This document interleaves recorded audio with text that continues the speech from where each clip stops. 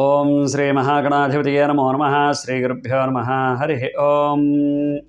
వాగర్ధావివ సంపృక్తో వాగర్ధ ప్రతిపత్తయే జగతః పితరో వందే పార్వతీ పరమేశ్వరౌ. ప్రేక్షక మహాశయులకు నమస్కారం. SVB astrology ఎవరైనా కొత్తగా చూస్తుంటే కనుక సబ్స్క్రైబ్ చేసుకోండి. దాని పక్కనే గంట ఐకాన్ ఉంటుంది, దాన్ని ట్యాప్ చేసినట్లయితే నేను ఏ వీడియో చేసినా మీకు నోటిఫికేషన్ వస్తుంది. అవయోగాల గురించి, అలాగే ఏ గ్రహం బాలేకపోతే ఏం జరుగుతుంది అనేటువంటి వాటి గురించి మాట్లాడుకుంటూ ఉన్నాం. సాధారణంగా జాతకం అంతా కూడా పూర్తిగా చూసి ఎన్ని చక్రాలుంటే అన్ని చక్రాలని కూడా పరిశీలన చేసి, అంటే రాశి చక్రం, నవాంశ చక్రం, సప్తాంశ, షోడశాంశ, త్రింశాంశ, ఇలా చక్రాలన్నీ పలు రకాలుగా ఉంటాయి.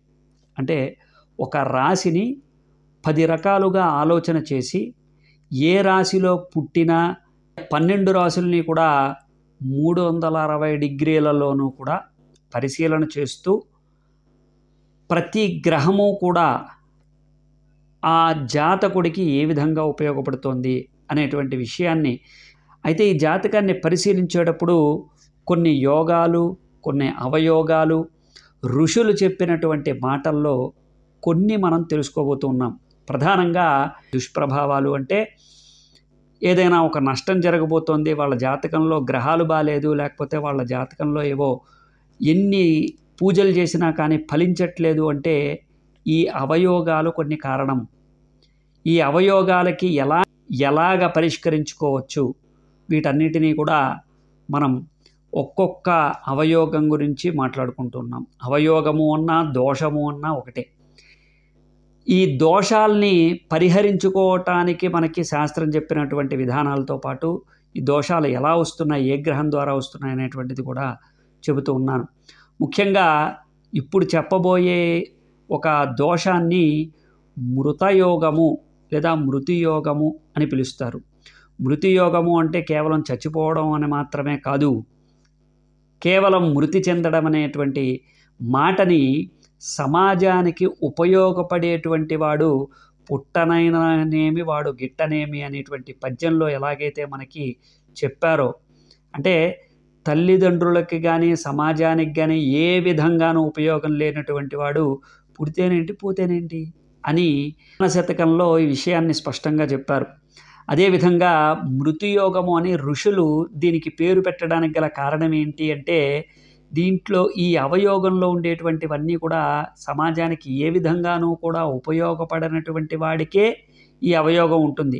అదేంటంటే ప్రధానంగా మనకి జాతకంలో లగ్న భాగము అనేటువంటిది ఒకటి ఉంటుంది.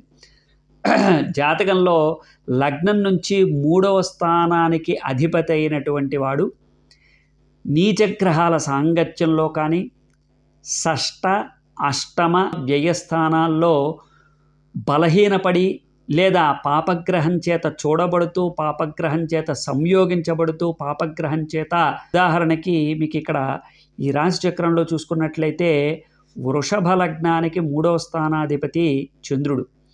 చంద్రుడు 6వ స్థానంలోనూ, 8వ స్థానంలోనూ, 12వ స్థానంలోనూ ఏదైనా పాపగ్రహం చేత కూడుకొని ఉన్నా, పాపగ్రహం చేత వేధించబడుతూ ఉన్నా, పాపగ్రహ సంయోగంలో ఉన్నా, అలాగే ఇప్పుడు చూపించినటువంటి 6, 8, 12 స్థానాల్లో ఉన్న వాటి వల్ల కలిగేటువంటి ఫలితం ఎలాంటిదయ్యా అంటే, మృతియోగం ఉన్నటువంటి వాడు శత్రువుల చేతిలో పరాజితుడవుతూ ఉంటాడు. ఎప్పుడు చూసినా వారికి శత్రువులు ఉంటే కనుక వాళ్ళ చేతిలో ఎప్పుడూ కూడా ఇబ్బందులు పాలవుతూ ఉంటాడు.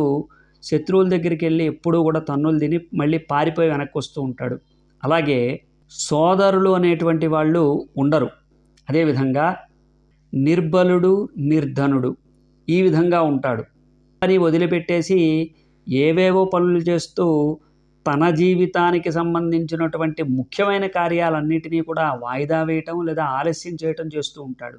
గుణవంతుడు అంటే అసలు ఏ రకంగానైనా సరే నేను మంచివాడిని అని చెప్పుకుంటూ ఉంటాడు, కానీ వాడు చేసే పనులన్నీ చెడ్డగానే ఉంటాయి. అలా వికృత గుణవంతుడు అయి ఉంటాడు. వాడి వల్ల సమాజానికి ఏ విధంగానూ కూడా లాభం అనేటువంటిది ఉండదు.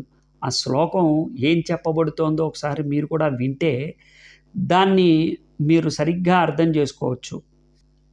హరిపరిభూత సహజ విహీనో మనసి విలజ్జో హతబల విత్త కర్మశ్రమ పరికిన్నో వికృతి గుణ ఇత్యాది మృతియోగే చెప్పబడుతోంది. కాబట్టి ఈ విధంగా ఉన్నటువంటి మృతియోగంలోంచి ఎవరైతే ఆగ్రహం వల్ల ఆయా స్థానాల్లో ఉండేటువంటి గ్రహాల యొక్క బలహీనత వల్ల వాళ్ళకి కలిగేటువంటి నష్టము, దీనికి శాస్త్రం ఏం చెప్పబడుతోంది అంటే దీని పేరే మృత్యుయోగము అన్నారు. కాబట్టి మృత్యువు నుంచి బయటపడేసేటువంటి వాడు మృత్యుంజయుడు పరమశివుడు మాత్రమే. కాబట్టి పరమేశ్వరానుగ్రహం కోసం దివ్యక్షేత్రాలు 12 జ్యోతిర్లింగాల్లో ముఖ్యంగా 12 జ్యోతిర్లింగాల్లో శ్రీశైల మల్లికార్జున స్వామి వద్దకు వెళ్ళి అభిషేకం చేయించుకోవడంతో పాటు నిరంతరము కూడా తేనెతో అభిషేకం చేయించుకోవాలి, నెయ్యితో అభిషేకం చేయించుకోవాలి. పరమశివుడికి ఎప్పుడూ కూడా శివారాధన చేస్తూ నవగ్రహాలకి ప్రదక్షిణ చేసినట్లయితే ఈ యొక్క అవయోగము లేదా దుస్థానము లేదంటే కనుక ఈ దోషం నుంచి బయటపడేటువంటి అవకాశం ఉంటుంది. చిన్నప్పటి నుంచి కూడా ఆధ్యాత్మికత, దైవభక్తి ఇవన్నీ కూడా నేర్పిస్తే పిల్లలకి పెద్ద అయిన తర్వాత వీటి వల్ల కలిగేటువంటి నష్టాలు కలగకుండా ఉంటాయి. ముఖ్యంగా శ్రమపడి బ్రతకడం, శ్రమపడి సంపాదించుకోవడం అనేటువంటిది వాళ్ళకి అలవాటు అవుతుంది. కాబట్టి ఈ విధంగా చేసినట్లయితే మీకు మేలు జరుగుతుంది. తద్వారా మీకు అనేక రకాలైనటువంటి నష్టాల నుంచి బయటపడతారు. కాబట్టి మృత్యుయోగం గురించి మీరు తెలుసుకున్నటువంటి విషయాల్లో ఇంకా ఏదైనా సందేహం ఉంటే కనుక మాకు కామెంట్ రూపంలో తెలియజేయండి. శుభం భూయాత్. జై శ్రీరామ్.